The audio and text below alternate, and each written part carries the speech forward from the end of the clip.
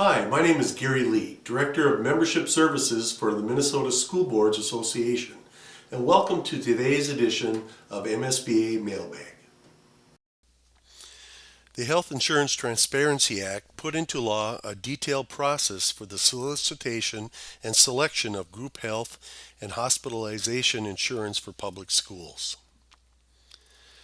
An overview of the process includes these steps.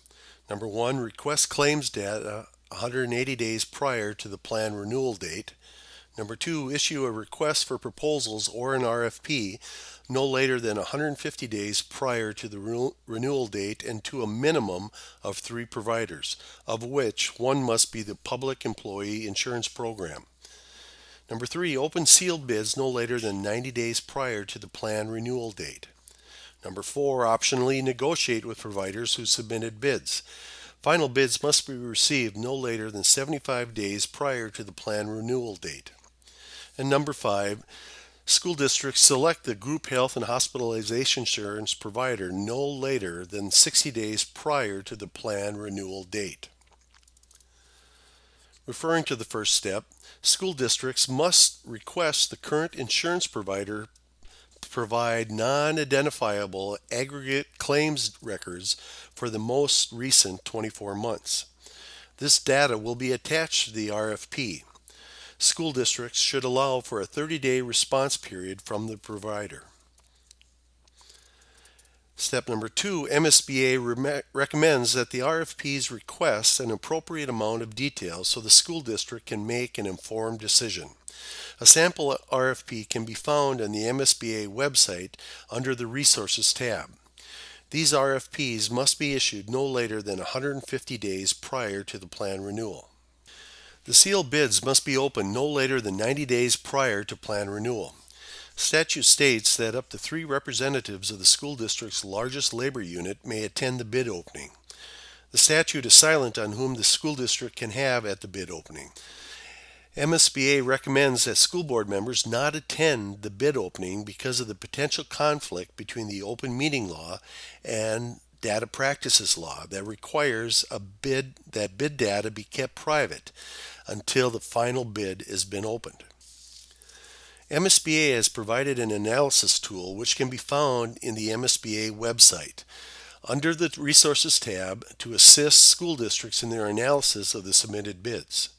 This tool attempts to simplify the analysis process and convert the submitted information into a comparable format. School districts may or may not continue to negotiate with providers who submitted bids.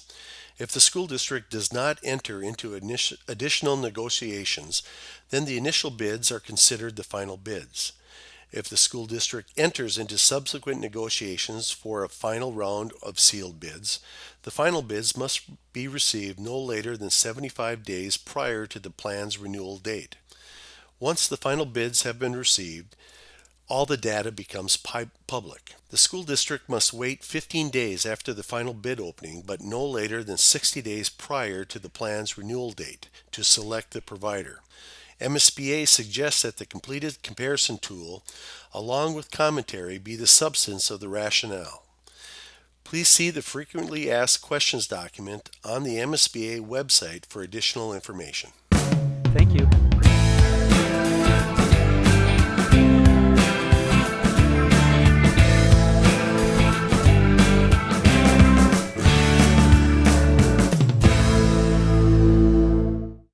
Because Obamacare caps monthly health insurance premiums to a percentage of your monthly income, the federal government provides tax credits, subsidies, in order to help the individuals and families purchase qualified health insurance plans from marketplaces such as HealthCentric. Eligibility starts with basic residency and citizenship requirements. Next, your monthly income must be at or less than 4 times the federal poverty level, or 400% FPL. In some states, Medicaid availability has been expanded to cover incomes up to 133% FPL. So if you fall between 133% and 400% of FPL, you may be eligible for a health insurance subsidy. So how can you determine exactly how much of a subsidy you are eligible for? Like the income tax bracket, the maximum percentage of your income that healthcare premiums can consume varies by income level. For example, if your monthly income is 133% of FPL, Obamacare mandates that your monthly premiums cannot exceed 3% of your income. For people earning up to 400% of FPL, this maximum percentage rises to 9.5%. The benchmark used to calculate the exact dollar amount of your subsidy is the monthly premium of the second least expensive silver plan in your area. Still unsure how this works? Let's say that you're a family of 4, earning 200% of FPL. This means you're earning about $47,000 per year or $4,000 per month. In the 200% FPL bracket, Obamacare mandates that your monthly insurance premiums cannot exceed 6.3% of your monthly income, which would be $247. By using a marketplace like HealthCentric, your research finds the second least expensive silver plan in your area to have a $400 monthly premium.